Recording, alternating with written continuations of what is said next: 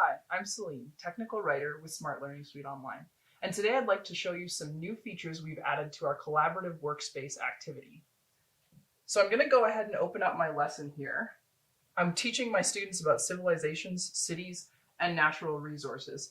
And there are a couple places where I would like them to engage and collaborate and provide some feedback.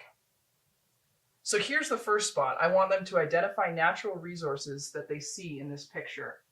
And I didn't actually have time before class to convert this to a workspace, but fortunately, if I open up the class panel here, you'll see that these options pop up at the bottom of the page, and I can actually choose to convert this to a collaborative workspace activity.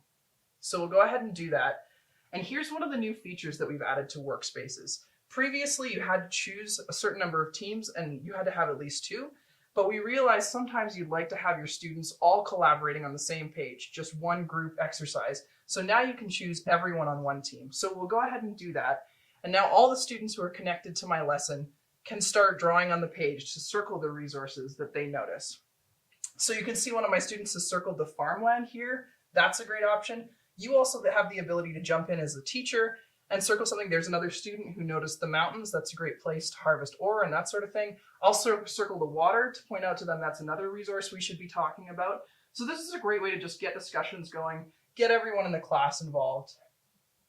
And now we'll go ahead to the end of the lesson where I have a workspace that I prepared. So we'll choose start for class, and I was kind of planning here to break the students into two groups. So we'll go ahead and do that and let them give some feedback. As we've pointed out before, you have the ability to move students around if you're not happy with the grouping, so that's great. I'll go ahead and start the workspace. Now here you have a screen where you have the option to choose which workspace you'd like to have a look at if you'd like to see the work that your students are doing. So I'm going to go ahead and jump into this one and have a look at what my students are doing. And here on the class panel are some of the new things that we have added that I'm going to show to you. So you had the ability in the past to upload pictures using this Bing Safe Search. So your students can search online, find a picture. Looks like they have a picture of medieval London here. That's great.